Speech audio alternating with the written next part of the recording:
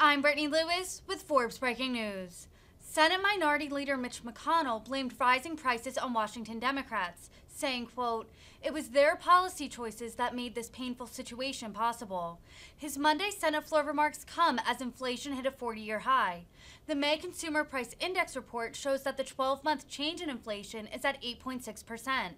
On Friday, President Biden said rising gas prices are due to Russia's war in Ukraine, but Republicans have pinned the blame on the current administration's policies.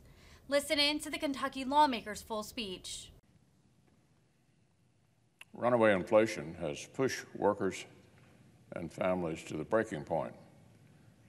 According to one recent poll, nearly 60% of Americans are making an effort to drive less and cut back on electricity use. 3 in 4 are pinching their budgets for food and entertainment outside the home, and 2/3 are bracing for prices to climb even higher in the coming year.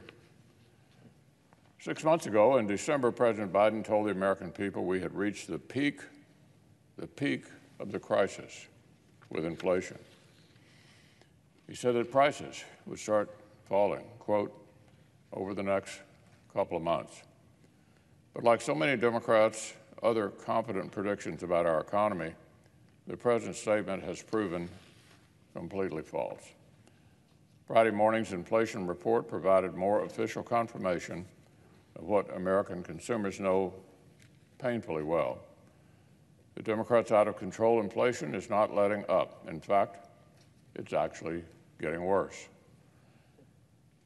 This year to May, consumer prices rose 8.6%, blowing away expectations, jumping a full percentage point over the previous month and setting, you guessed it, a new 40-year high. The data underneath tell a brutal story for working families and American businesses. The categories driving inflation last month were the ones they can't do without. Overall energy prices clocked a year-on-year increase of nearly 35%.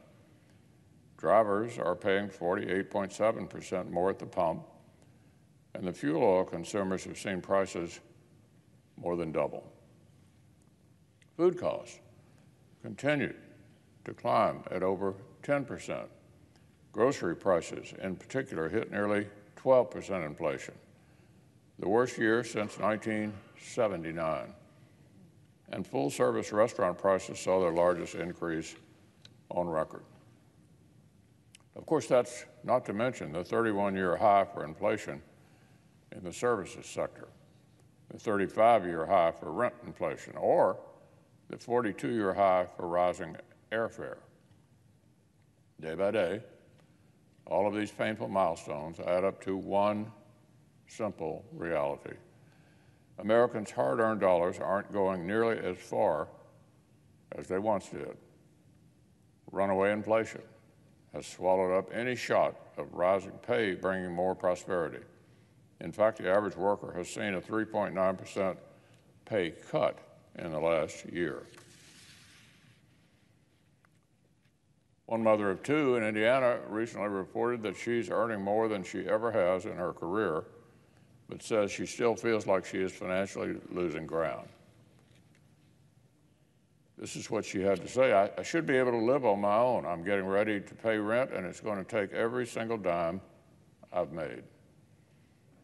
As one of my constituents in Barberville put it recently, we're cutting back on everything, and I mean everything. Gas, meat, bread, it's all expensive as hell. One moment you think you can afford to buy something, then you go to the store and it's like, nope, can't get that anymore either. And here's a real kicker. One young couple in Utah have taken to asking themselves weekly, what did we spend money on that we could not have spent money on? Imagine if Washington Democrats are willing to engage in that sort of self-reflection.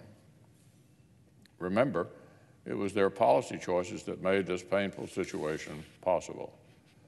It was the Democrats' choice to insist on flooding the economy with trillions of dollars in liberal spending last spring.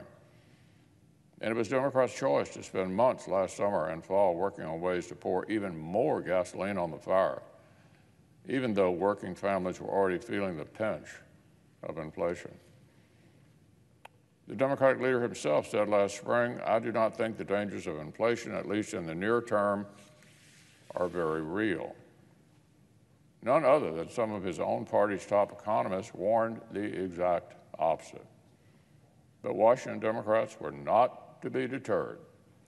Working families' budgets took a backseat to the far left wish list. And now Democrats' decision is literally driving them off a cliff. Now, on another matter, the Senate is in the middle of proposing major legislation to expand health care access for veterans exposed to toxic substances in the line of duty.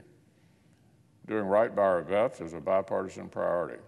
An 86-vote majority of us voted to begin processing this bill a few days back, myself included.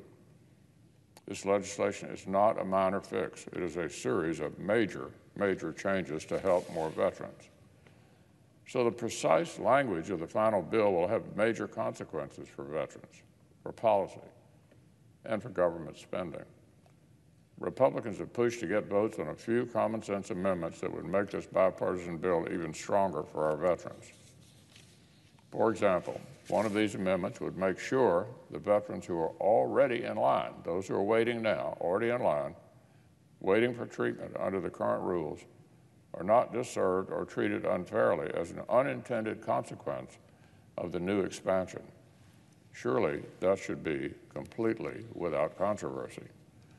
Another amendment would clarify how the government accounts for the new funding and to make sure the legislation does not impose major unintended consequences on the appropriations process. Another amendment would make it clear that new medical presumptions must rest on sound science, so Congress does not substitute our judgment for the experts. These are not controversial amendments. They're directly related to the substance of this bill. And given the magnitude of the changes under consideration, the senators sponsoring these amendments have every right to expect votes on the floor. There's no reason why this important bipartisan bill should be denied a bipartisan floor process.